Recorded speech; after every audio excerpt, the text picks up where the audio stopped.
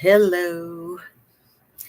So nice to be back. My goodness. I lost the stream today. That was about 4 hours ago, I think, 3 or 4 hours ago. And I've been trying to get back on ever since to continue where we left off at the um, chapter 7. A ghost came back in the Nobody's Girl book. Um, I want to jump right into it, but I also want to catch up on a couple of things.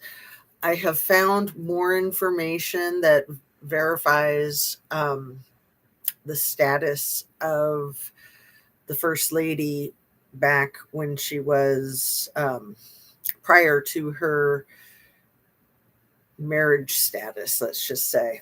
So I found a lot more evidence of that. And Paula Plunder sent me an amazing thread. I was going to share some of that with you, actually. Why don't I look at that real quick? It's a thread from Reddit. It is nuts. Is this it? Yes, this is, I think this is the thread from Reddit. Yeah, this is it. So the post is 2 years ago, and I'll put a link in the description to this. And it's the same as it's the same image as the one at the end of the last tape with the thing. Who is that channel? I'm not real familiar with her. Christine Chats and Tea or something like that. No, Christine Talks. You guys have told me about her. So anyway, Christine Talks and Tea, and I think it was Anna Bees who put the link in the description, and it had this ad for Melania listed as Mercedes. No, her name here is Melania. But anyway, let me just read you a couple of the comments. Technically speaking, she wasn't selected via mail from a menu of available women seeking matrimony. She was illegally imported under what is called an Einstein visa, not usually available to uneducated college dropouts with zero work experience, to work as a whore for Donald's modeling agency. And there are 75 replies to that. I'll read you just a couple. She was also introduced to Trump by Epstein, and Mercedes was her working girl name. And then there's a source with another article.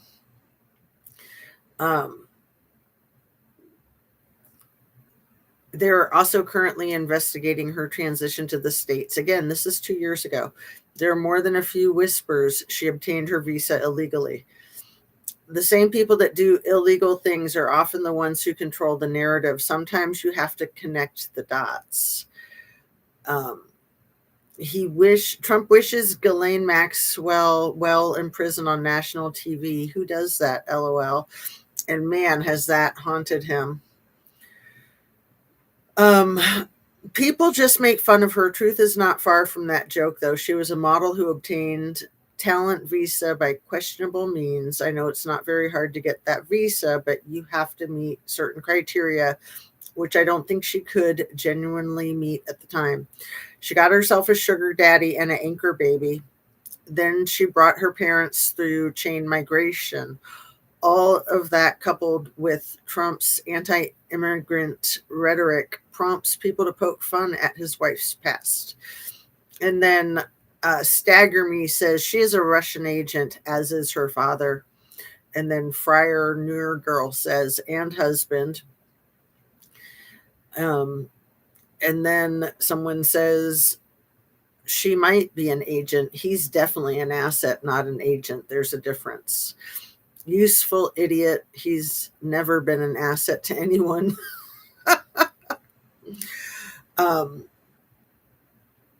No, but she was an unlawful immigrant working in the U.S. illegally as a nude model who then got married for a green card and had an anchor baby. And then somebody says, this is J. Beal 53, 2 years ago. If Melania were to expose Trump as a guy who needed help from an agency to find love, it would definitely sink his political career. Sure, all the unbelievable shit we have seen from this dude, but this is what's going to sink his political career. Anyway, it's pretty wild stuff. I'll put a link in the description to all that. And let's just get right back into the ghost came back, and my live got I had lost the connection earlier, and I don't have any idea why. So let's just keep reading. Here we go. I think I'll just start at the top of this chapter because we were just a few sentences into it. Eppinger held me captive for nearly 6 months before he gave me away to a friend of his. Everything I say is simply my opinion for the sake of hoping to start a conversation, open up a discussion, learn something, be educational, underline, highlight. All my videos are made for the Tube of View. It's an infotainment platform, and I'm reading this book and putting as much of my own thoughts and opinions in it to maximize the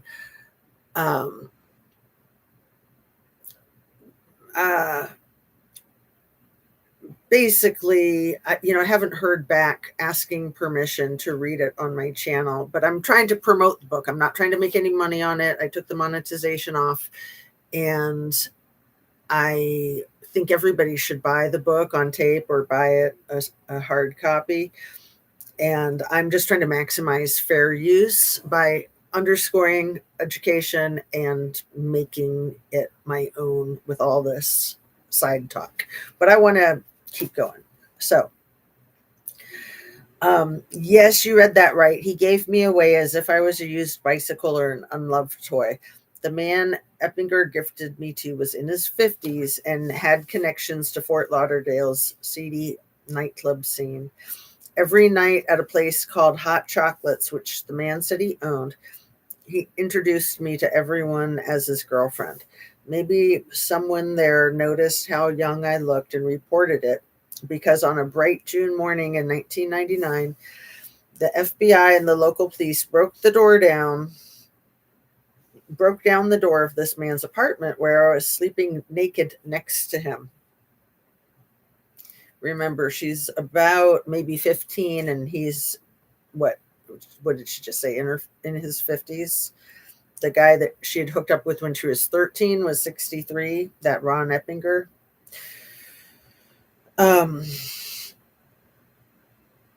This is a raid, one black-clad officer yelled as they forced their way in. Hands on your head. When they dragged my abuser from the room, I could hear him yelling at me, "If you say anything, you know who will find you." He meant Eppinger. The FBI agents wrapped me in a sheet and let me go to the bathroom to get dressed. I wish I'd had jeans and a t-shirt, but the only clothes I owned had been chosen by my captors. So I put on a metallic blue mini skirt and a tiny shirt that barely covered my breasts. The officers took me back to the Wilton Manors police station in Broward County. And for the next few hours, they grilled me about who had done this to me. When they were finally finished, they called my dad. Even today, I can remember Dad's face when he walked into the police station. At that moment, I was holding tight to the arms of a borrowed swivel chair and spinning in circles. By then, I'd seen things no child should ever see, things that made me feel so much older than my 15 years. From a distance, I may have looked like a kid enjoying the dizzy thrill of a makeshift tilt-a-whirl, but there was no joy in me. When Dad walked in, he flinched at the sight of me, his listless, abused little girl. Goddamn slut, he spat, effing whore. And though he did something I'd never, and then he did something I'd never seen him do. He started to cry. Some of this is a blur to me. I know the outline of what happened and I can summon many of the feelings I felt, but my mind protects me by not bringing the scene into too sharp a focus. I remember Dad with his hands in it, with his head in his hands, telling me Mom didn't want me to come home. So he was sending me back to growing together. I pleaded with him, but he said he needed a week to find me somewhere else to stay. 1 week, he promised, and I'll come get you out. A police officer handcuffed me then and put me in the back of the squad car to return me to juvie. Everyone believed I would try to run, but I was too tired to run. I would give Dad the week he asked for. I hoped that maybe, just this once, he'd keep his word.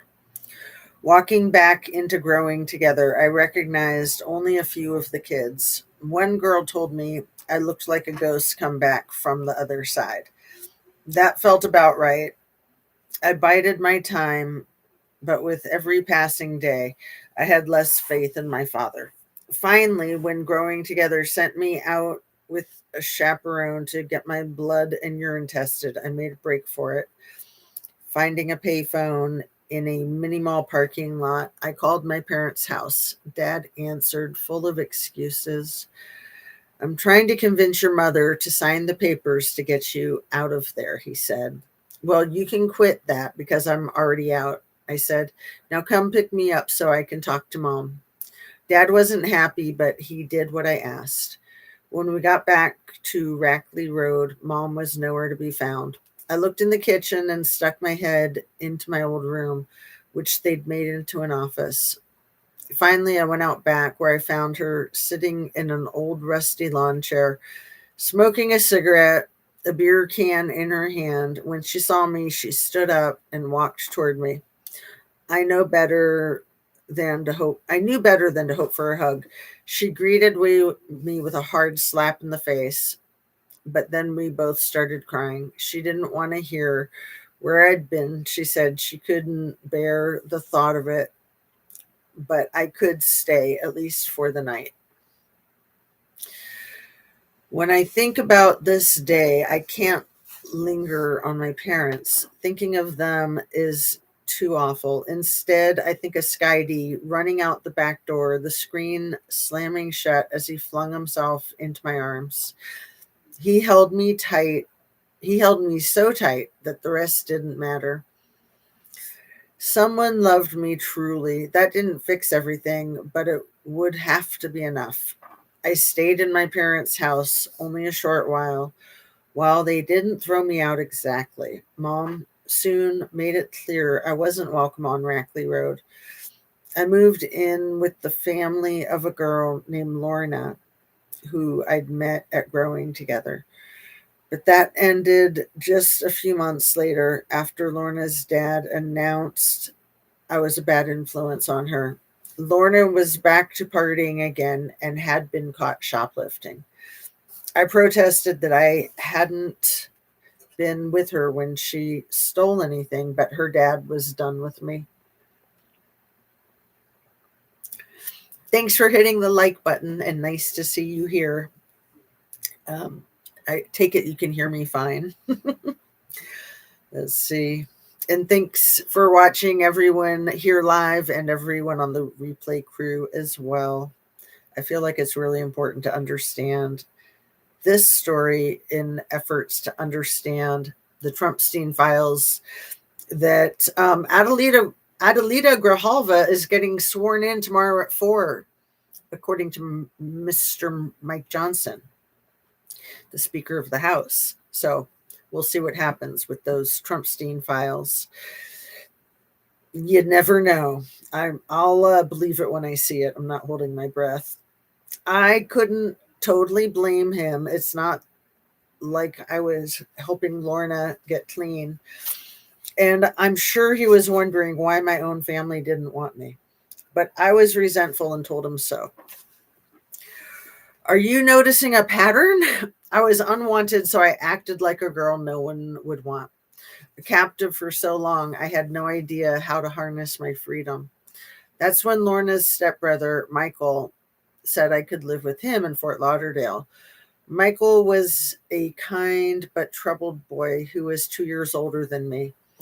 We'd met when we visited Lorna's family's house where he'd once lived, and I could tell he had a crush on me.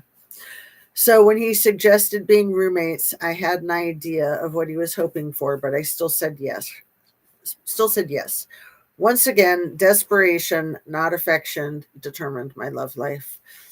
Michael rented us an apartment, which we shared with a friend of his named Mario. Michael was working full time as a manager at Taco Bell and eventually helped me get a job there too. One thing led to another until we started having sex, but I had no romantic feelings for him. I just didn't know how to set boundaries with men who wanted things from me. On Valentine's Day 2000, Michael asked me to marry him, offering me his grandmother's ring. I couldn't say yes. I was just 16, 2 years short of Florida's age requirement without parental consent. But I didn't clearly say no either or tell him the truth that I wasn't in love with him. Years later, he'd say he believed that I'd accepted his proposal. I can understand why. For all the changes I wanted to make, it seemed I was paralyzed. Instead of choosing my own path, I was letting life happen to me. I was letting life happen to me. When I had opportunities to take control and advocate for myself, I often found it easier to get effed up on alcohol and drugs instead. I need to hear some sounds that recognize the pain in me. Richard Ashcroft sings in Bittersweet Symphony. I love that song, and I didn't realize that that's part of the lyrics, and I can hear it in my head now. I need to hear some sounds that recognize the pain in me.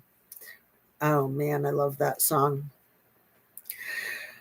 I have listened to that song by the Britpop rock band The Verve 1,000 times. I have literally probably listened to it over 1,000 times. I've had it as my wake up CD for, I'm embarrassed to say, probably more than 5 years. And it used to go off every day. I don't always have to wake up with um, an alarm anymore, but it's still in my alarm CD. The Verve Pipe. Let's see. 1,000 times that year. Actually, no, it's Verve Pipe that's in my CD player, not the Verve. Sorry. Yeah, Verve Pipe. What's that song about?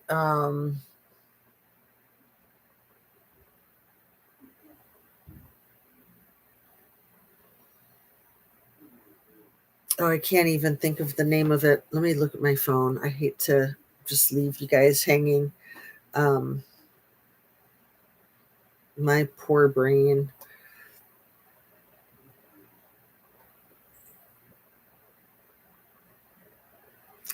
Verve Pipe, popular song.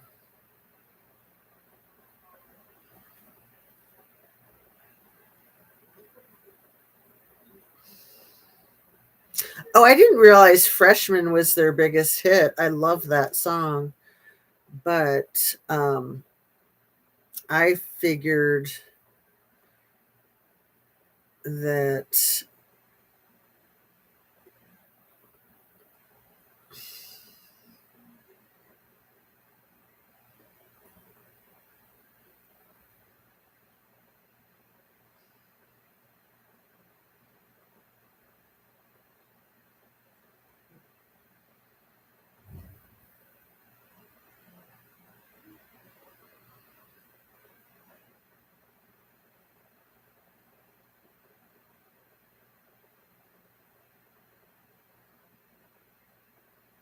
It's driving me crazy.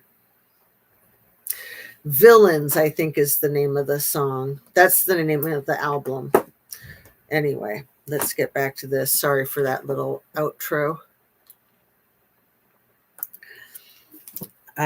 Brain is depleted at this early hour of the evening. I need to get to my yoga, but let's keep reading. So yeah, Bittersweet Symphony is the Verve, and it came out around the same time as Verve Pipe and their Freshman and that other song that I just said. What was that other one I just said?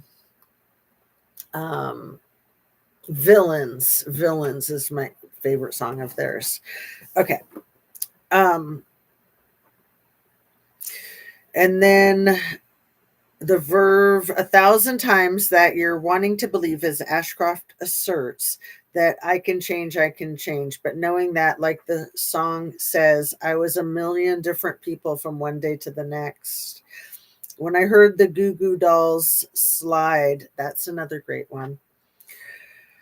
I again felt the sting of recognition. Your father hit the wall. Your ma disowned you. They sang, do you want to get married or run away? I knew the answer, run. And Goo Goo Dolls sang the song that my little son, when he was like 3 years old, called it the No See Me song. Goo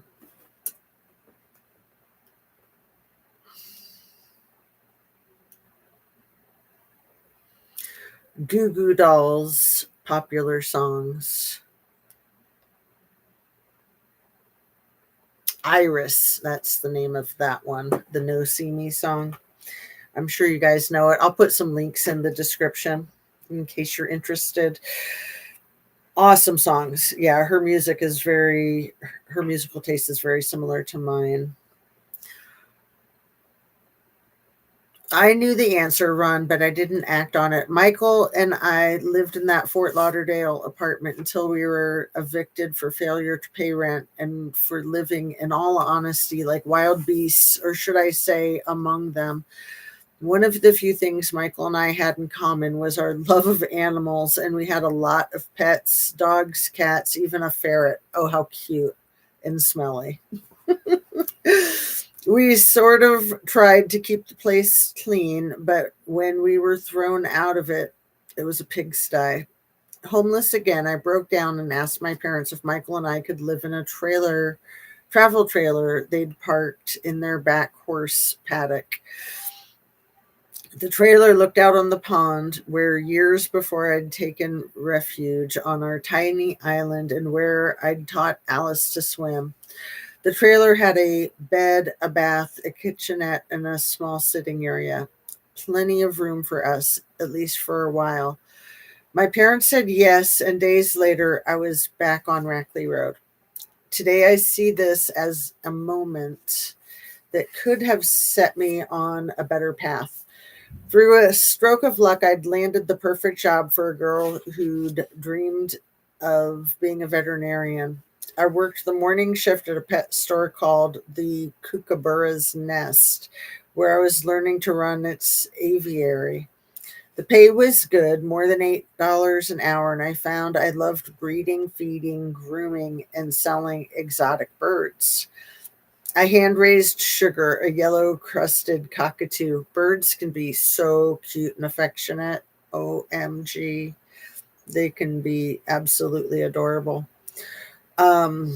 Especially a yellow-crested cockatoo, from a chick. Sugar used to ride around on my shoulder, and when I gave her a bath, I'd tell her she was my baby, and she'd coo with happiness. OMG. Sugar was a beauty, all white, but for a yellow comb on her head, and yellow ear patches and flight feathers, and I was determined to make her mine. Every 2 weeks, I set aside money from my check, but before I'd saved even half of Sugar's $1,200 price tag, someone came in and bought her out from under me. That sucks. The customer always comes first, my boss said, and when I pitched a fit, and in truth, the last thing I needed was another mouth, an animal or human, to feed. Still, I was inconsolable. That is so sad. Losing Sugar felt like losing Alice all over again. So, yeah, any trauma triggers every trauma that you've ever had. I don't think we've really talked about that too much on my channel, actually. Any trauma can trigger every trauma. So, something like losing a bird that you didn't even own can trigger the trauma of losing your childhood to your evil, perverted father and his friend. Um, so when another aviary recruited me to work for them, I accepted their offer just despite the boss who'd sold Sugar. That decision proved a mistake, though, when my new employer abruptly shut down and I was unemployed again. During this period, mom and dad and I forged mom and dad and I forged a fragile peace. You may wonder how this could be. I guess I knew them so well that being around even their most hurtful behavior felt weirdly comfortable to me. Yeah, it's very well described. She's obviously had a ton of therapy to be able to be so insightful and to just share some of her most vulnerable thoughts and memories and feelings. More than that, though, who am I kidding? I had no place else to go, no one else to turn to. Setting aside all the indignities I suffered at the hands of my own parents and others, the consequences of my own choices were becoming evident, even to 16-year-old me. I was a high school dropout. I had a boyfriend I lived with, but didn't want a future with.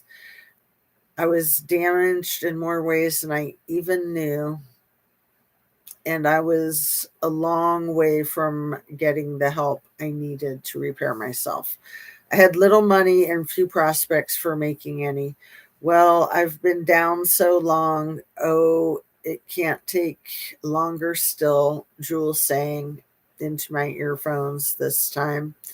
I've been down for so long that the end must be drawing near. Love, Jewel. Love, Jewel. I thought I had nowhere to go but up. What happened then? What happened next then seemed like a gift. In the summer of 2000, my father, then a maintenance man at Donald Trump's Mar-a-Lago club in Palm Beach, got me a job there as a $9 an hour locker room attendant. I can still remember walking onto the manicured grounds of Mar-a-Lago for the first time. It was early morning. My dad's shift began at 7 a.m., and I'd caught a ride to work with him. Already the air was heavy and moist, and the club's 20 acres of carefully landscaped greens and lawns seemed to shimmer. To look at the beachfront site that Mar-a-Lago occupies, you'd never suspect that before the original estate was built in the 1920s, it was just a thicket of undergrowth and swampland. I sure couldn't see that. Instead, I watched an army of gardeners set out on their daily rounds, the the attention being paid to each shrub and palm and blade of grass soothed me. This, I could see, was not a place that rewarded neglect. Granny Annie, yay! How are you, my dear? What's your temperature in Vegas? We've had snow here for the last day or so here in Ohio. Anna B's, I don't know. She was here earlier. I did a live reading for about 3 hours, I think it was, and then I got cut off. I lost my connection, and then it took me a few hours to come back on. So here I am. This is my second one today. I'm on page 61. I'm just going to keep reading, my dear. Thank you for saying hi. I miss you. 72 degrees, hearing a 60-degree streak is coming. Yeah, 72 is perfect. 60 is probably going to feel freezing to you, huh? I think we're going to have 60 again next week, but right now it's about half that. It's really cold today. My dad was responsible for maintaining the resort's in-room air conditioning units. Oh my gosh, Granny Annie, did you hear about Don Jr.'s girlfriend being discovered that she was using Don Jr. to try to get to Elon because she wanted to have one of Elon's freaking babies? So she started having an affair with Don Jr. when he was still engaged to Kimberly Guilfoyle, Governor Newsom's ex-wife. So Don Jr. and Kimberly were engaged for 5 years, during which time Kimberly was allegedly having an affair with his dad. And then he started having an affair with this woman that he's been with since. Kimberly Guilfoyle got shipped off to be the ambassador of her toilet, Greece. And now, come to find out, the woman who's been dating Don is a star effer. OMG. Wow, my very street smart guy said, hugs, hormonal levels drive thee to. So I'm just going to look up Don Jr.'s girlfriend. Don Jr.'s girlfriend's wife. Not wife, just girlfriend's name. Bettina, that's who. So yeah, this is Don Jr.'s girlfriend reportedly settled for him after Elon Musk fail. Bettina Anderson, 38, was going for Elon Musk when she cozied up to the president's oldest son. Wow. So what a messy life. So his fiance may or may not have been having an affair with his dad. His ex-wife had met Don Jr. when she was dating his dad. He's just always playing second fiddle, huh? Elon, to have Elon's baby, how disgusting. My dad was responsible for maintaining the resort's in-room air conditioning units, not to mention its 5 championship red clay tennis courts. So now he knew his way both indoors and out. So he knew his way around both indoors and out. I remember he gave me a brief tour before presenting me to the hiring manager, who, after I passed both a rug test and a polygraph, agreed to take me on. That first day, I was given a uniform, a white polo shirt emblazoned with the Mar-a-Lago crest, and a short white skirt and a name tag that said Jenna in all capital letters. I was also given a 65-page employee handbook. My uniform would be laundered by Mar-a-Lago free of charge, said the handbook, which went on to specify everything from basic hygiene, body odors are offensive, to how many earrings I could wear in my ears, 1 per lobe, each no larger than a dime. From telephone etiquette, all calls are to be answered within 3 rings. To general behavior, horseplay and practical jokes are prohibited. I wasn't annoyed by the rules and regulations, far from it. Their formality made me feel good, as if working at a place that took itself so seriously might make the world take me seriously too. Yes, structure is so good for all of us, but especially when your life has been so out of control. The structure sets you free. Really, it does. When you're a prisoner to not having structure. If you're here, Granny Annie, do you know what I mean? Do you agree? It couldn't have been more than a few days before my dad said he wanted to introduce me to Mr. Trump himself. They weren't friends exactly, but Dad worked hard and Trump liked that. I'd seen photos of them posing together, shaking hands. So one day my father took me to Trump's office. "This is my daughter," Dad said, and his voice sounded proud. Trump couldn't have been friendlier, telling me it was fantastic that I was there. "Do you like kids?" he asked. Do you babysit at all?"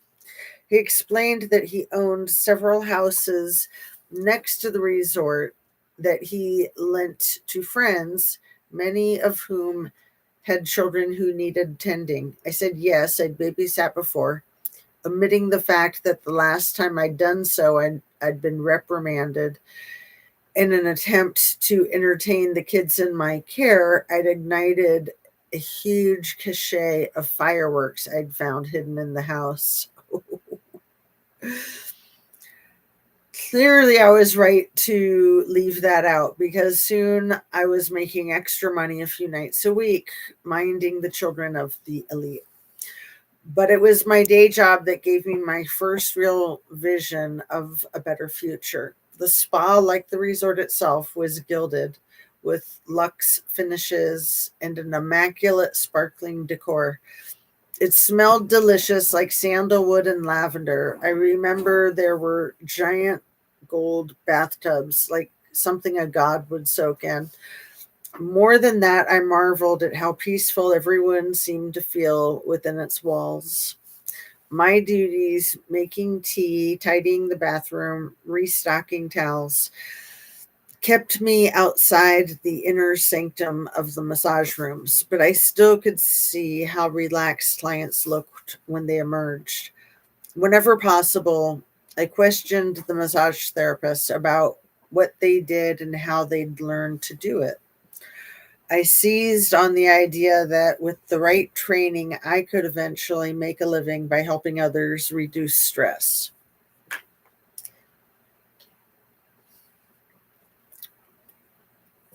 I see your comment there. I structure my puzzles and YouTube schedule. Exactly. There you go. Whatever your structure is, I know. I mean, I do my same yoga routine every day, and I feel like it's completely unique every time I do it.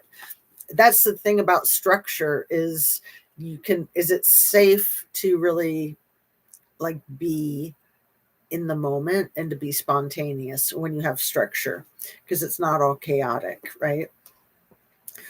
Um, I thought their healing would fuel my own. I'm going to reread that because it's so beautiful. I could eventually make a living by helping others reduce stress. Maybe, I thought, their healing would fuel my own. Very wise and insightful for a teenager to put that together. Absolutely. For the first time in my life, I allowed a flicker of hope to build inside me. After all I had been through, I believed I might finally leave my abusive past behind. Then, one steaming hot day, some weeks before my 17th birthday, I was walking toward the Mar-a-Lago spa on my way to work when a car slowed behind me.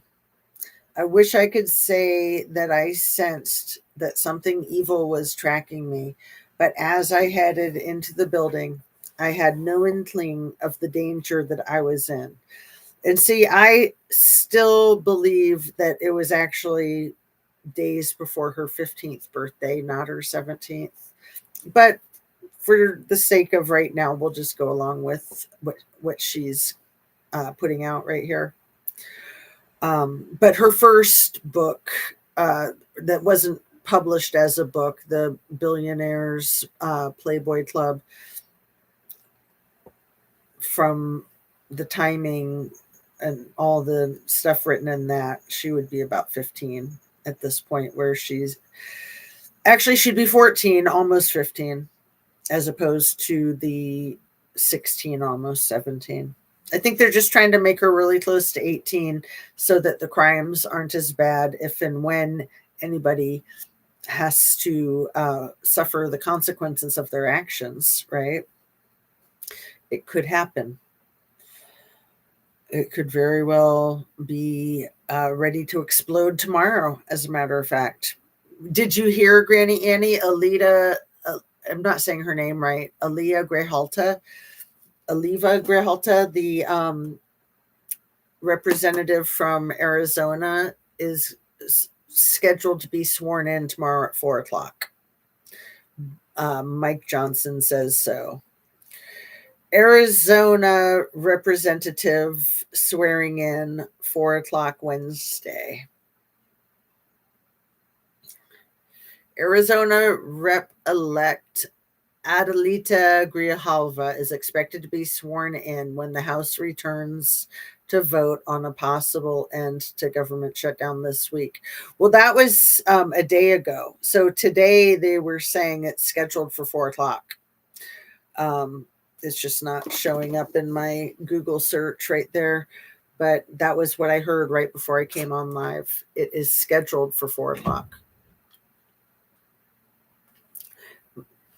But we'll see. We'll see if she actually gets sworn in. And then if and when she gets sworn in, we'll see what happens with those freaking Trumpstein files. I ain't holding my breath, that's for sure. Okay, on my way to work, when a car slowed behind me, we all know Cruella de Vil was in that car looking to skin a puppy, right? I wish I could say that I sensed that something evil was tracking me, but as I headed into the building, I had no inkling of the danger I was in. In the car, I didn't see were two people I'd not met yet. A British socialite named Jiz Maxwell and her driver, Juan Alessi, whom she insisted on calling John. Alessi would later testify under oath that on this day when Jiz spotted me, my long blonde hair, my slim build, and what he called my notably young appearance, she commanded him from the back seat, "Stop, John, stop." Alessi did as he was told, and Jiz got out and followed after me. I didn't know it yet, but once again, a predator was closing in. Excuse me. This one, however, would prove different from any I'd met before. Unlike my father or Forrest or Ron Eppinger or the man Eppinger had given me away to. Interesting she doesn't name him. He must be famous. I am going to find out what his name is. I'm going to try anyway. This was an apex predator, as greedy and demanding on the inside as she appeared to be beautiful, poised, and self-assured on the outside. Again, I wish I could say that I saw through Maxwell's polished facade, that like a horse, I intuited the immense threat she posed to me. Instead, my first impression of Jiz was the same one I'd formed when I greeted any well-heeled Mar-a-Lago guest. I'd be lucky, I thought, if I could grow up to be anything like her. Prisoner, Part 2. If you feel like letting go, hold on. If you think you've had too much of this life, well, then hang on. Everybody Hurts, lyrics from REM. Chapter 8, The Pink House. Picture a girl in a crisp white uniform sitting behind a marble reception desk. She is 16 and wears a name tag pinned to her chest. The girl is slender, with a freckled face of a child, and her long blonde hair is held back with a tie. A new employee at the Mar-a-Lago spa. The girl is usually in the locker room, handing out towels, but on this blisteringly hot afternoon, the spa is mostly empty. So the girl is at the front desk. Oh my goodness, summer in Florida. Whew. Winter in Florida is too hot for me. I can't imagine summer in um, West Palm Beach. Dang, July. West Palm Beach in July. I don't think I'd be able to breathe. The humidity and the heat like that is so oppressive. Um, so the girl is at the front desk, which is outside under an awning that provides shade. The girl is reading a book about anatomy that she's borrowed from the library. The girl loves to read and she hopes that studying this book will give her something she's lacked for too long: purpose. What would it be like, she wonders, to excel at something? Suddenly, I look up from my book to see a striking woman with short dark hair striding toward me. Hello, the woman says warmly. She looks to be in her late 30s, and her British accent reminds me of Mary Poppins. I couldn't tell you which designer she's wearing, but I bet her purse costs more than my dad's truck. Sure it did. The woman extends her manicured hand for me to shake. Ghislaine Maxwell, she says, pronouncing her first name Gillen. Ghislaine. Giilen. Ghislaine. Yeah, that is how you're supposed to say it. That humidity is why I escape Cabo in the summer. Oh, I didn't know it was humid in Cabo. Is it because I guess it's tropical, right? I just can't be that close to the equator. Florida and Cabo, way too close to the equator for my honky ass skin. I have no melatonin at all. I just fry to a crisp. Her grip is firm. I point to my name tag. I'm Jenna, I say, smiling like I've been told to smile. Mar-a-Lago employees are required to make guests feel welcome. The woman's eyes alight on my book, which I've jammed with sticky notes. Excuse me. Sorry about that. Are you interested in massage? She asks. How wonderful. Remembering my duties, I offer this mesmerizing woman a beverage, and she chooses hot tea. I go and fetch it, returning with a steaming cup. I expect that to be the end of it, but the woman keeps on talking. Maxwell says she knows a wealthy man, a longtime Mar-a-Lago member, she says, who is looking for a massage therapist to travel with him. Do you do massage on the side? She asks. Oh, no, I reply, worried I've given her the wrong impression. I'm not trained, but I hope to learn someday. My lack of experience doesn't concern her a bit. I'm sure you'd be terrific, she insists, looking me up and down. Will you come for an interview? I glance at my library book with its illustrations of muscles and tendons. I don't think I know the body well enough yet, I protest, but Maxwell shakes her head. What's important, she says, is my desire to learn. If I impress her friend, she says, he'll happily pay to get me trained. He's a mathematician, a genius with a knack for making money. He loves to help people, she says, adding that the rich gentleman's home is right here in Palm Beach, less than 2 miles from Mar-a-Lago. Come meet him, she says, her pretty face glowing. Come tonight after work. Even today, more than 20 years later, I remember how excited I felt. Could my dreams of becoming a professional masseuse be on their way to coming true so quickly? Something about how this proper, well spoken lady focused on me made that seem possible. I told her I had to get permission from my dad first, but that I really wanted to come. So, as she instructed, I wrote down her phone number and her rich friend's address, 358 El Brillo Way. See you later, I hope, Maxwell said, waving her right hand by twisting it slightly at the wrist. What, like this? Little princess wave. Then she was gone. The next break I got, I ran to the tennis courts to tell my father I was in the running for a potentially life-changing opportunity. We are desert, but hurricanes, Cat 5, 2014, likely a part of my complex post-traumatic stress disorder. I can't imagine surviving a Category 5 hurricane. That is wild. That is so wild.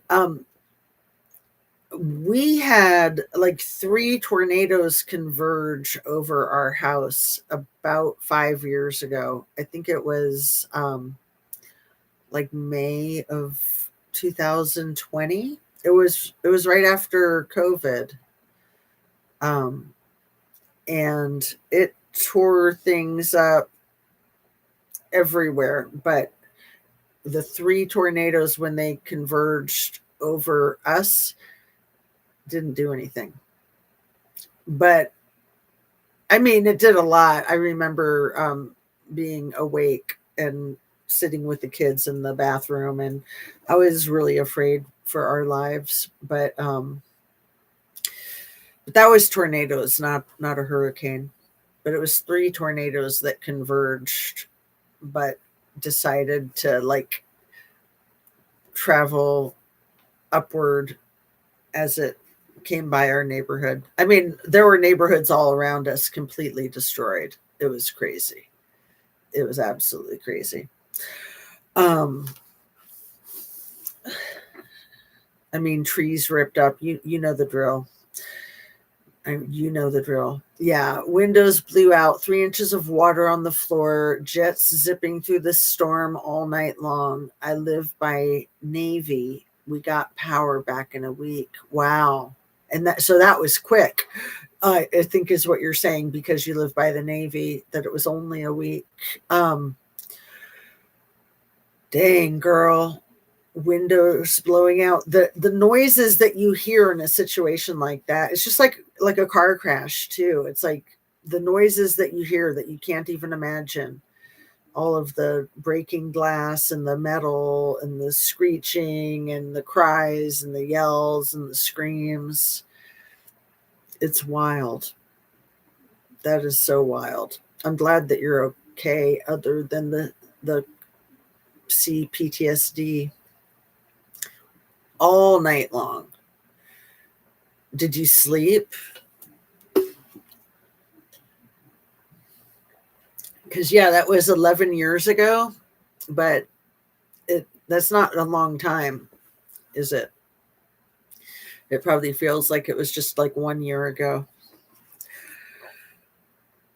Were there lives lost? Category 5, I would think that there were. Amazingly, when we had those 3 tornadoes coming through the southwest part of Dayton 5 years ago, it was like 11. It was after 11 at night, and there were no injuries, or at least no fatalities. Maybe there was like 1 or 2 injuries, but people were home in bed. I want to say it was even a weeknight, but I don't remember, honestly. Let's see. Dayton tornadoes 2020.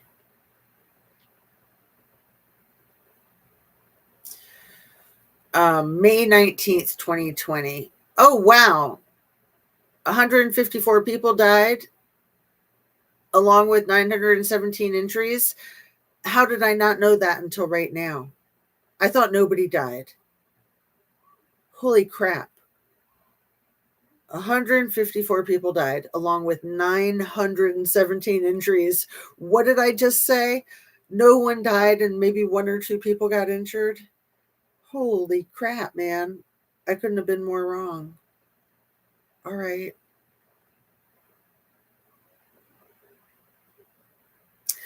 Wait, no. No. That's a hypothetical tornado. That's bullcrap. That is something totally different. How weird. I'm going to tap on that. Hypothetical tornadoes, WikiLeaks. Why would it say that when it's not true? May 19th, 2020. That is so weird. So now I'm all confused. Memorial Day tornado outbreak 2020.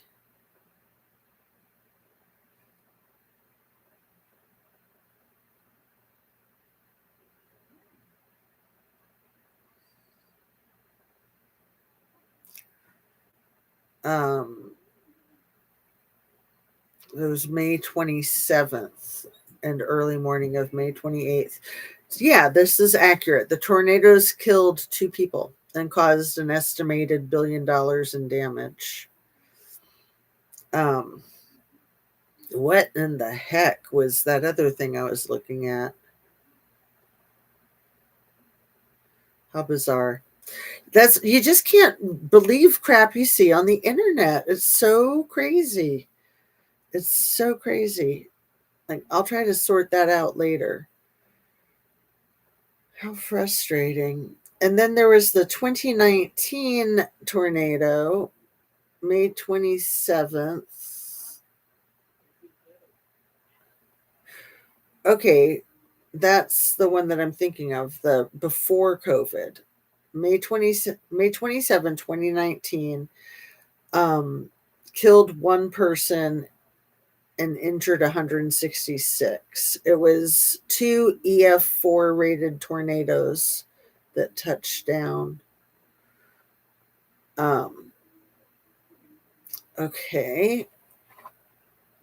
But then what was that crap about the 2020?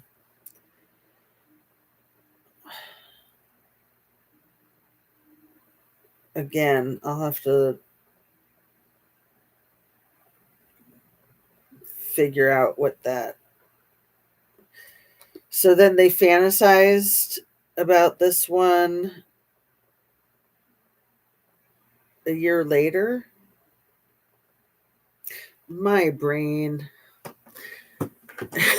Granny Annie. So you're looking up your tornado there from 11 years ago. We had untempered glass, tile flew, breaking little bits at a time. Sand and glass in the walls. Ouch. I slept a little, wet head, made sure just water, not blood. Mexico underreports loss of life. Google says 15 passed, 29 inches of water in 24 hours. We lost way more. Wow. Well, yeah. Just like in the fire in Maui, the Lahaina fires, they say they lost 100, and people that were there say it's like over 1,000, right? We are fantasizing about storms. There's got to be something better. Yeah. Well, the internet, it's like crazy, wild and crazy. All right. I'm on page 69. We've just been on for an hour. See how much I can read.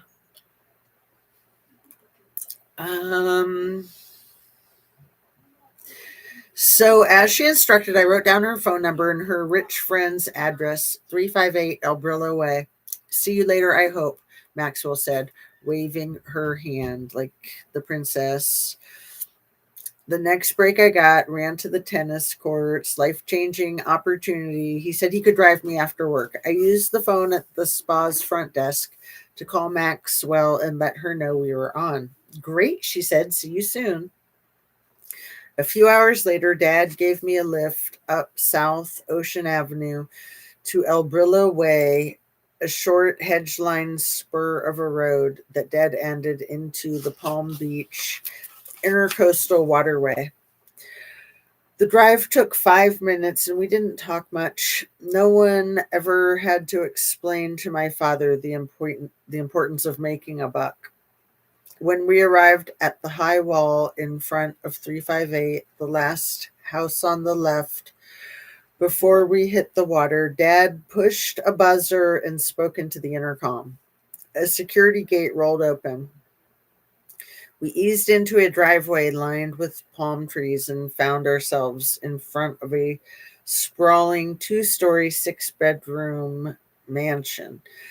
In countless TV documentaries, this house has been shown to be painted a tasteful white as it was years later, but in the summer of 2000, the home we pulled up to was a garish pink, the color of Pepto-Bismol. Oh, like Scott Bessent's house. He had a Pepto-Bismol colored house. That guy. That effing guy. I hope the Hysteria chicks do a that effing guy on Scott Bessent. I should look and see if they have. That 29-inch storm was 2015. Oh my goodness. Chevys from dealerships sunk in the Sea of Cortez. Wow. Eager to be punctual, I jumped out of the car before my dad could turn off the engine, walked to the wooden front door, and rang the bell. Maxwell answered and came inside, the door still open behind her. She shook my father's hand. Thank you so very much for dropping her off, she told Dad, all smiles.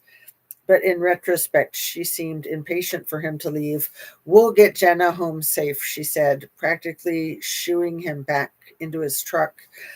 Then she turned and ushered me into an elegant foyer with a spiral staircase and a huge star-shaped chandelier.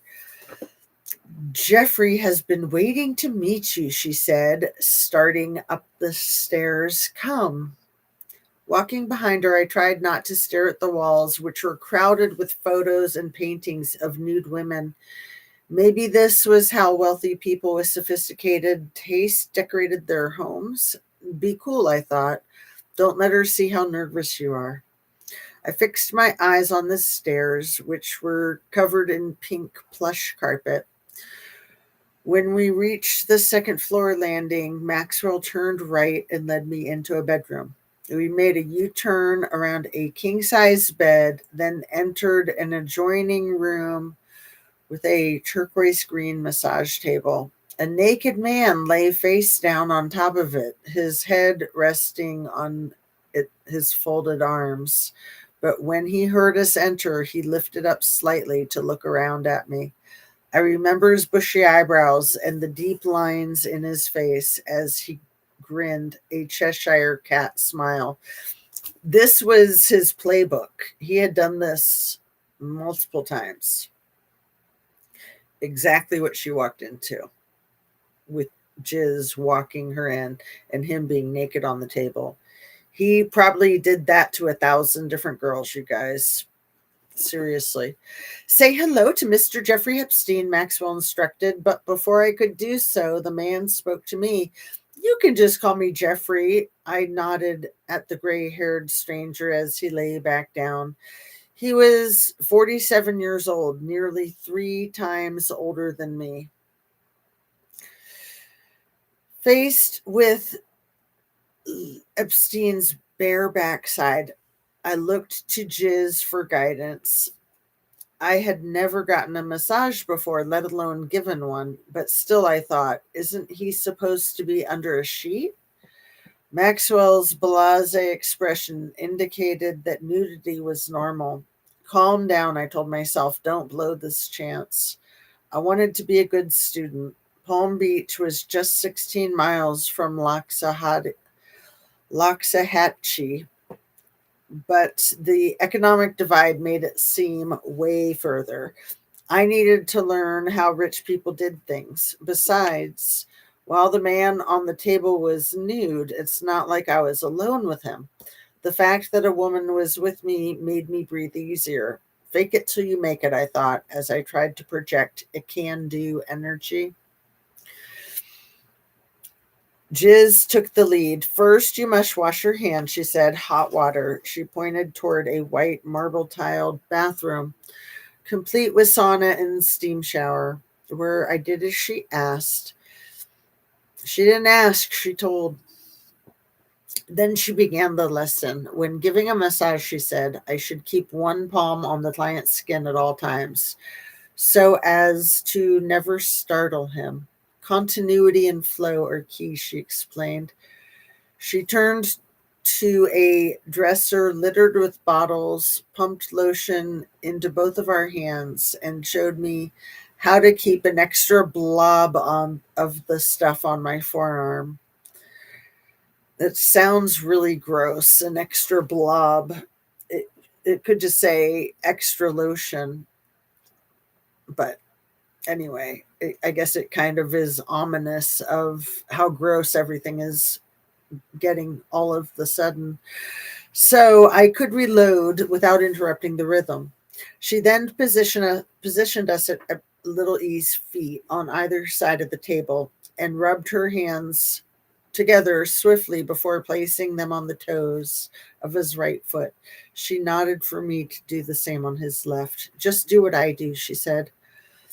We started in on his heels and arches, then moved up his body. Don't pull his leg hair, Jiz cautioned, explaining that our goal was to circulate the blood by firmly pushing it up his calves. I paid close attention, mimicking her as we moved higher to Little E's thighs. When we got to his buttocks, I tried to glide past them, landing on his lower back, but Maxwell put her hands on top of mine and guided them to his rear. Like I said, they've done this 1,000 times, right?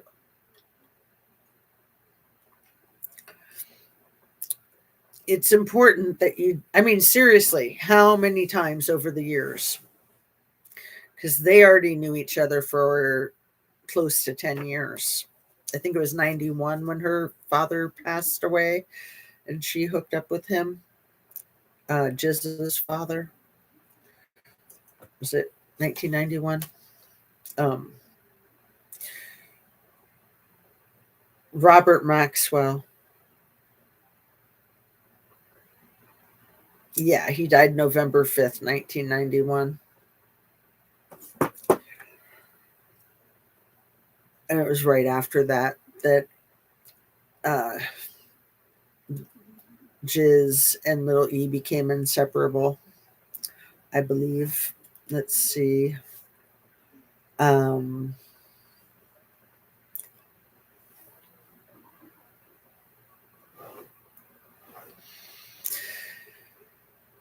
Maxwell put her hands on top of mine and guided them to his rear. It's important that you don't ignore any part of the body, she said. If you skip around, the blood won't flow right. Only later would I see how, step by practical step, the two of them were breaking down my defenses. Every time I felt a twinge of discomfort, one glance at Jiz told me I was overreacting. And so it went on for almost about half an hour, a seemingly legitimate massage lesson. As Jiz encouraged me, you're getting the hang of it. Little E asked me a question. Do you have siblings? 2 brothers, I said. Where do you go to high school? I told him I'd quit after 9th grade, but I was only 16. I hope to get my GED. Do you have a boyfriend? I said I lived with an older boy in a trailer on my parents' land. Do you take birth control? Little E asked. Was that a weird question in a job interview? Little E indicated this was just his way of getting to know me. After all, I might soon be traveling with him. I told him I was on the pill.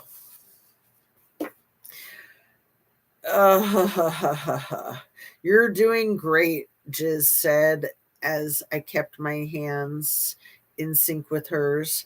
Tell me about your first time, little E said then. I hesitated. Who'd ever heard of an employer asking an applicant about losing her virginity? But I wanted this job, so I took a deep breath and described my rough childhood. I'd been abused by a family friend, I said vaguely, and spent time on this street as a runaway. Little E didn't recoil. Instead, he made light of it, teasing me for being a nasty girl. Not at all, I said defensively. I'm a good girl. I just always found myself in the wrong places. Little E lifted his head and smirked at me. It's okay, he said. I like naughty girls. I said nasty girl. I meant naughty girl earlier, a second ago, too. Teasing me for being a naughty girl. And then he says, it's okay. I like naughty girls. Then he rolled over onto his back. Grrr. Vomit. Get the barf bucket. Trigger warning. And I was startled to see that he had an erection. I'd seen men's private parts before, obviously, but I hadn't expected to see his. I mean, her life had been hideous, especially the assaults from Eppinger and the guy that he gave her to, and the guy who had assaulted her the same day that Eppinger found her at the beach. It was hideous before that, but then it got extra hideous. But now it's just hitting the skids and spiraling out of control, like all in the blink of an eye. It's so sad. It just goes from bad to worse. From the, what is that saying? From the fry pan into the fire, or is it from the fire into the frying pan?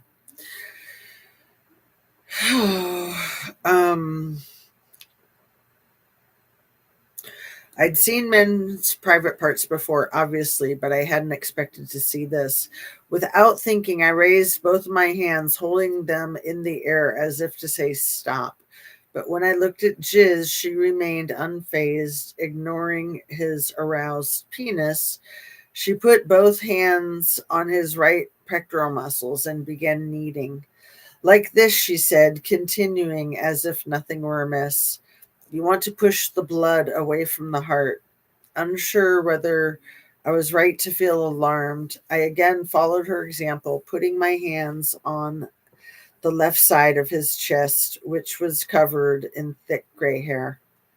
Moving my fingers in circles, I could feel little E staring at my face.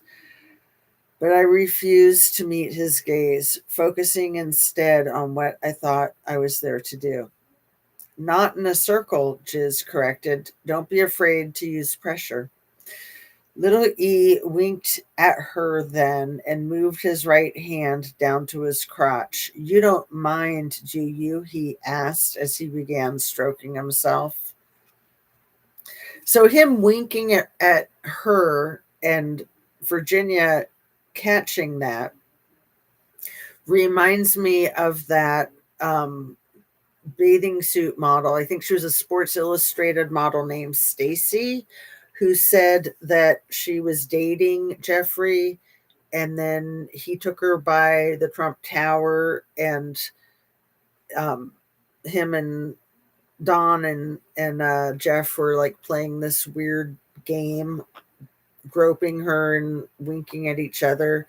And then when they left, Jeffrey like laid into her and was like, why did you let him do that? What was her name? Swimsuit model named Stacy dating Jeffrey Epstein, stopping by the Trump Tower.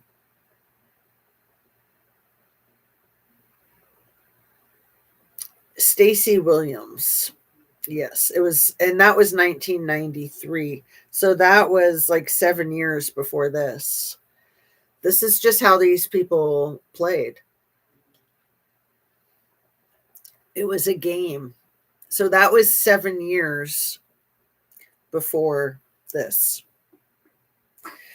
This was just what they did in their, this was what they called a social life, right? OMG, as a 17-year-old doing rotation training radiology, doc asked when was last period. Embarrassed, I said on the pill. He then pushed me up against the wall and tried groping my breast in 1976. I am so sorry, my dear Granny Annie. That's effing crazy. Yeah, doctors can really be gross like that, really gross and entitled and rapey. And 1978, I'm sorry that you had to experience that as a 17-year-old or really at any age.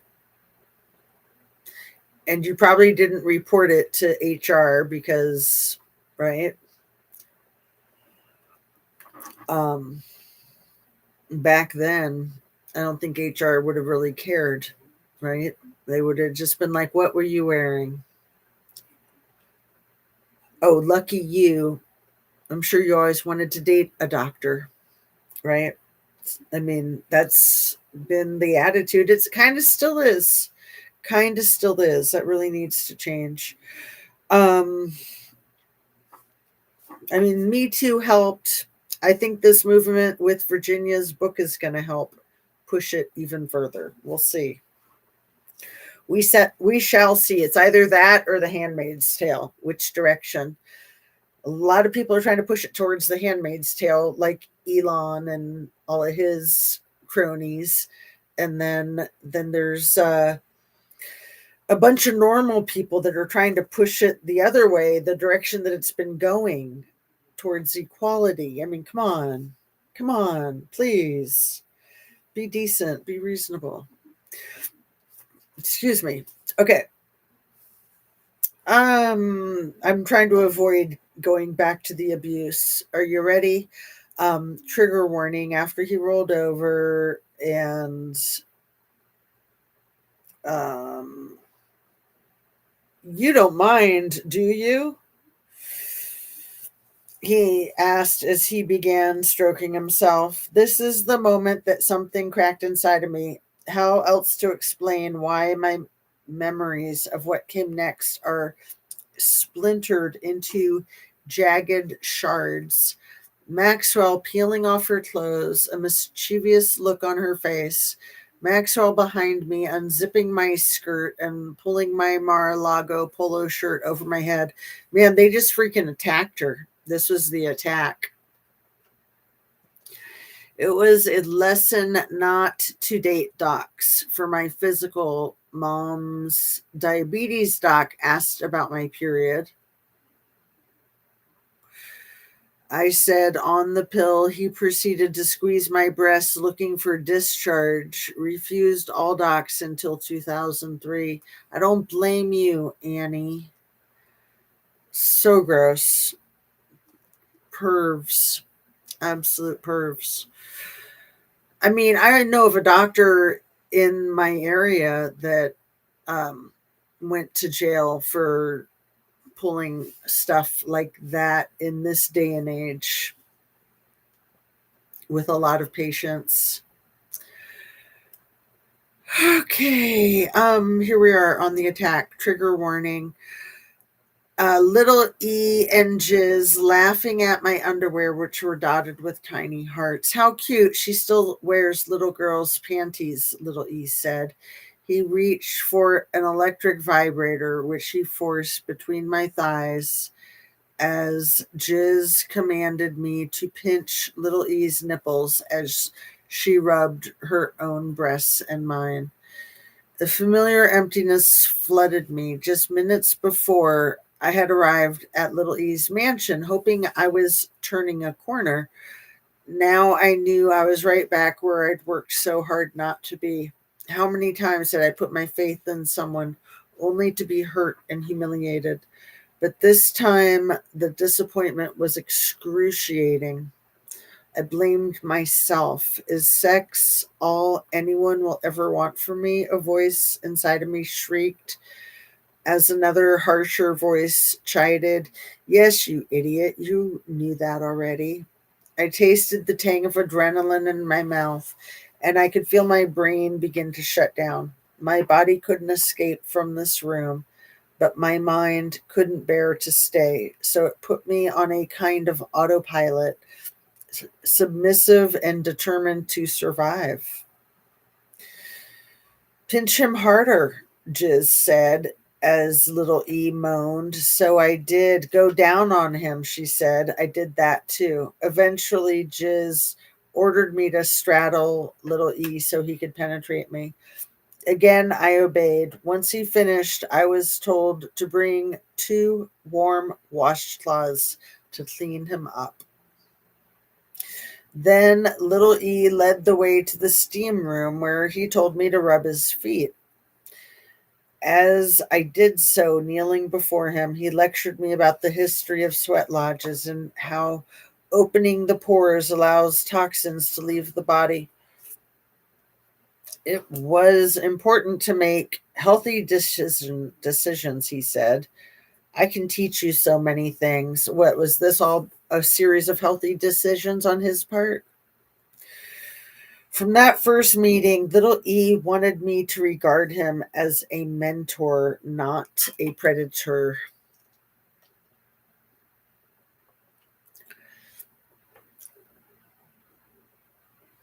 Um,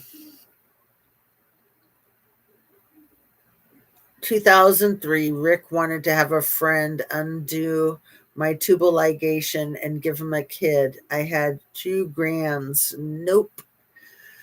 What? Massage and a blowy? Ick. Yeah, ick is right. Ugh, so gross. Where was I? Next, we entered the shower where Jiz instructed me to wash little E with soap and a loofah. Again, I obeyed. Little E told me to shampoo his hair and massage his scalp. I did.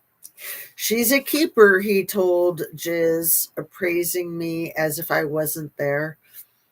When Jiz left the bathroom, little E had me take a towel from a heated rack and pat him dry. I did so, shivering a little in my own nakedness. Finally, he pulled on a pair of sweatpants, and I put on my Mar-a-Lago uniform back on and wiped smudges of mascara from under my eyes. Little E then led me down a back stairway into the kitchen where Jiz waited. I remember gleaming stainless steel appliances and the black and white checkerboard floor. When she handed little E a black leather duffel bag, he pulled out $200 bills and pushed them across the counter toward me. This is probably what you make in a week at the spa, he said. He and Jiz smiled knowingly at each other, as if this were funny. You did great, Jiz told me, almost cooing. She said I had strong hands, good instincts, and such potential. You're a natural. Who knows where this could lead? She reached for a pen and paper. Can you come back tomorrow? She asked for my cell phone number, but I didn't have one. I recited my work number. And then the butler, Juan Alisi, the same man who'd been driving Jiz when she first spotted me at Mar-a-Lago, led me out the driveway where I climbed into the front passenger seat of a shiny black Chevy Suburban. That's the gangsta car, right? Black Chevy Suburban in 2000. Total gangster car. I mean, that was like Sopranos style. Remember that, Granny Annie? Remember how the black Chevy Suburbans were the Soprano mobile? They were like the new Cadillac. Only after buckling my seatbelt did I begin to return to myself. Having escaped from an imminent threat, my brain came back online, but all it wanted to do was scream. During the half-hour drive inland to Loxahatchee, Elise and I didn't speak. If I opened my mouth, I just knew I'd start sobbing. So I clamped my lips shut. I didn't know then what a therapist would tell me a decade later, that when children are abused by people they love, as I had been by my father, they start to believe that love and pain, love and betrayal, love and violation all go together. I didn't know that abuse victims struggled to see red flags because they've become desensitized to inappropriate behavior. I didn't know that a common coping mechanism during sexual abuse is to distance oneself from what is happening in the moment, to split into parts, the obedient body and the walled off mind. All I knew as the black suburban headed west was that I felt gutted, as if someone had reached down my throat and scraped out all my insides with a silver spoon. When the butler dropped me at Rackley Road, I went into my parents' house, not the trailer Michael and I shared. I'd built the job interview up so much that I knew mom and dad would expect to hear how it had gone. Given the state I was in, however, I kept the conversation short. I get flushed when I'm upset, so as I ticked off what I'd learned, so so as I ticked off what I'd learned, push the blood away from the heart, always be consistent with a firm, warm touch. I sensed mom noticing my reddened face and neck. So before she could ask questions, I pleaded exhaustion and excused myself to take a shower. For what seemed like an hour, I sat on the wet tile floor and let my tears mix with the hot water pounding my skin. I'm just going to finish this page, page 75, and then it's the end of the chapter. And so then I'll take a break for the night. Thank you for being here with me, Granny Annie. Sorry to throw that nanny in there. I always do that. Once I cross my wires, it's like impossible to uncross them. Yes, tinted windows, blowies while chauffeured. You're so funny. Blowies. I just call them BJs. Let's see. The hot water pounding my skin. So begins the period of my life that has been dissected and analyzed more than any other. I don't enjoy repeating this story. It hurts to relive what I did and what was done to me. What's more, as I describe the chronology, transgression by transgression, I worry that the awful details distract from a broader truth. Yes, I was sexually abused. My body was used in ways that did enormous damage to me. But the worst things little E and Jizz did to me weren't physical, but psychological. From the start, they manipulated me into participating in behaviors that ate away at me, eroding my ability to comprehend reality and preventing me from defending myself and trusting yourself, trusting your own instinct, which is all you got, right? From the start, I was groomed to be complicit in my own devastation of all the terrible wounds they inflicted. That forced complicity was the most destructive. I was about to spend more than 2 years in little E and Jizz's orbit. My job to do whatever they asked whenever they asked it. There were no bars on the windows or locks on the doors, but I was a prisoner trapped in an invisible cage. So we'll stop here at chapter 9, tapping a crooked vein. Thanks again. Granny Annie says, my pleasure. It's been so nice reading with you. So tomorrow is Wednesday. It's 11/11 today. It's Veterans Day. Happy Veterans Day, my dear. I think I said that on the earlier reading live, but I don't think I said Happy Veterans Day to everyone in this live. Veterans Day is very meaningful to me, with my son being active duty right now. I have a niece who's a vet, and my grandfather was a decorated colonel in the United States Army for 30 years. My father-in-law served. My other grandfather served in the Air Force. Thanks. I hope to catch Manana. Love being read too. So I was trying to think what time tomorrow might be good. Is around noon good for you, Annie? Or 11 o'clock or noon or 1, if you have a preference? If you don't have a preference, I'll just shoot for noon. But if you have a preference, let me know, and I could go earlier or later.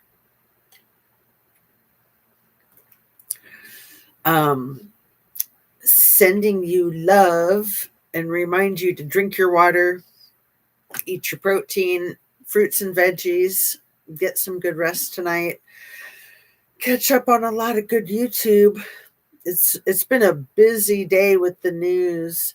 Granny Annie, did you see yesterday, if you're still here, when Donnie kissed Erica during his it was a press conference in the Oval Office? He was sitting at the Resolute desk, and he said, "Where's Erica? Come here, dear," and pulled her in for a kiss. Noon is perfect. Did you see that or hear about that? It's crazy. I think it was Billy who, in the live yesterday, told me about it, and I looked it up while we were live and watched a Midas Touch video that she'd put the link to in the description that showed it. So I'll try to put that link in this video description too, in case you're interested. All right. Missed it. Ugh. Yeah. So she goes from sort of smooching and dry rubbing bodies with Donnie at the event where they had the fireworks display, that first memorial that was 9 hours long at the State Farm arena that they had rented like 9 months before. So I don't know if they had made the reservation in the spring for Charlie's memorial service. When they made that reservation in the spring, when Turning Point USA made that reservation, maybe it was for something else. Maybe they weren't planning his memorial back in the spring of this year. I don't know. Anyway, Donnie and Erica were very handsy with each other, and it made me think that they knew each other in the biblical sense. Then we all know last week she had her big makeout scene with JD after talking about how much he reminded her of her dead husband that she couldn't replace, but JD was looking good to her, allegedly. And then yesterday, smooching it up with the president. Although she didn't look as comfortable yesterday as she did with JD, or as she did at Charlie's memorial, in my opinion. She looked a little uncomfortable, actually. It was very bizarre. Like, it came out of nowhere. He's just there at the Resolute desk doing his presser, and then he's like, "Where's Erica? Come here, dear. Give me a kiss." Psyops of Charles's death. in my opinion, died a week before.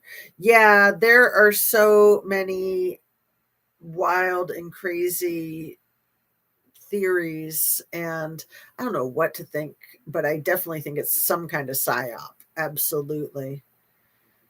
Effing cray cray. All right, dear. We'll shoot for noon tomorrow. Thank you again. And I'll see you then. I'm going to do my yoga now. Have a great night.